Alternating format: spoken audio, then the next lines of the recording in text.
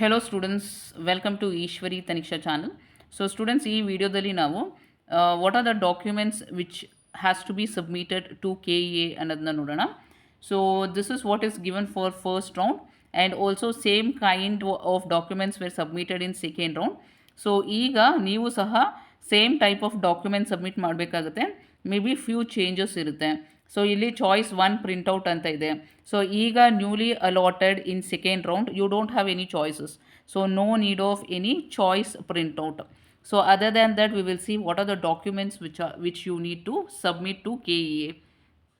So ನೋಡಿ ಇಲ್ಲಿ first ಈ ಎಲ್ಲ ಡಾಕ್ಯುಮೆಂಟ್ಸ್ನ ಎತ್ತಿ ಸಪ್ರೇಟಾಗಿ ಇಟ್ಕೊಳ್ಳಿ.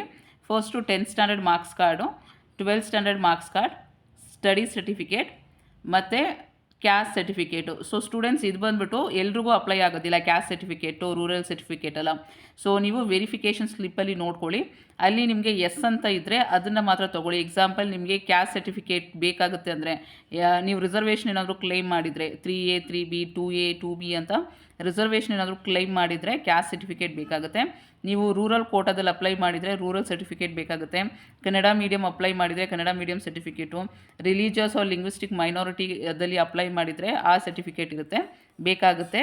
ಸೊ ನೀವು ವೆರಿಫಿಕೇಷನ್ ಸ್ಲಿಪ್ಪಲ್ಲಿ ನೋಡ್ಕೋಬೇಕಾಗುತ್ತೆ ಏನು ನಿಮಗೆ ಅಪ್ಲೈ ಆಗುತ್ತೆ ಅಂತ. ಸೊ ಅದನ್ನು ನೀವು ರೆಡಿ ಮಾಡ್ಕೊಳ್ಳಿ. ಆಮೇಲೆ ಫೀ ಚಲಾನು. ಸೊ ಈಗ ಫೀ ಏನು ಪೇ ಮಾಡ್ತೀರಾ ನೀವು, ಸೊ ಫೀಸ್ ಪೇ ಮಾಡಿದಾದಮೇಲೆ ಆ ಚಲಾನ್ ಸಹ ಬೇಕಾಗುತ್ತೆ. Then verification slip, UG NEET score card, admit card, annexure 1 and 9 ಮತ್ತು ಯಾವುದಾದ್ರೂ ಒಂದು identity proof. So Aadhaar card ಅಥವಾ ಪ್ಯಾನ್ ಕಾರ್ಡ್ ಏನಾದರೂ ತೊಗೊಳ್ಳಿ. ಸೊ ಸ್ಟೂಡೆಂಟ್ಸ್ ಈ ಎಲ್ಲ ಡಾಕ್ಯುಮೆಂಟ್ಸ್ ಮತ್ತು 2 set of attested copies. So attested copies ಅಂತಂದರೆ ಜೆರಾಕ್ಸ್ ಮಾಡಿಕೊಂಡು ಅದ್ರ ಮೇಲೆ ಗೌರ್ನಮೆಂಟ್ ಒಫಿಷಿಯಲು ಯಾವುದಾದ್ರೂ ಗೆಸೆಟೆಡ್ ಆಫೀಸರ್ ಹತ್ರದಿಂದ ಸೀಲ್ ಮತ್ತು ಸೈನು ತೊಗೋಬೇಕಾಗುತ್ತೆ.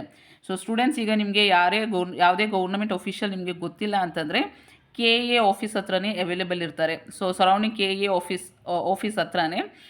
ಸೊ ನೀವು ಹೋಗಿ ಕೊಟ್ಟರೆ ಸೊ ನಿಮಗೆ ಅಟೆಸ್ಟ್ ಮಾಡಿ ಕೊಡ್ತಾರೆ. So may be 100 or 200 charge ಮಾಡ್ಬೋದು ಅನಿಸುತ್ತೆ ನಿಮಗೆ. ಸೊ ನಿಮಗೆ ಗೊತ್ತಿರೋ ಆಫೀಸರ್ ಇದ್ದರೆ ನೀವು ಅವ್ರ ಹತ್ರದಿಂದ ಮಾಡಿಸ್ಕೋಬೋದು, ಗೆಸೆಟೆಡ್ ಆಫೀಸರು.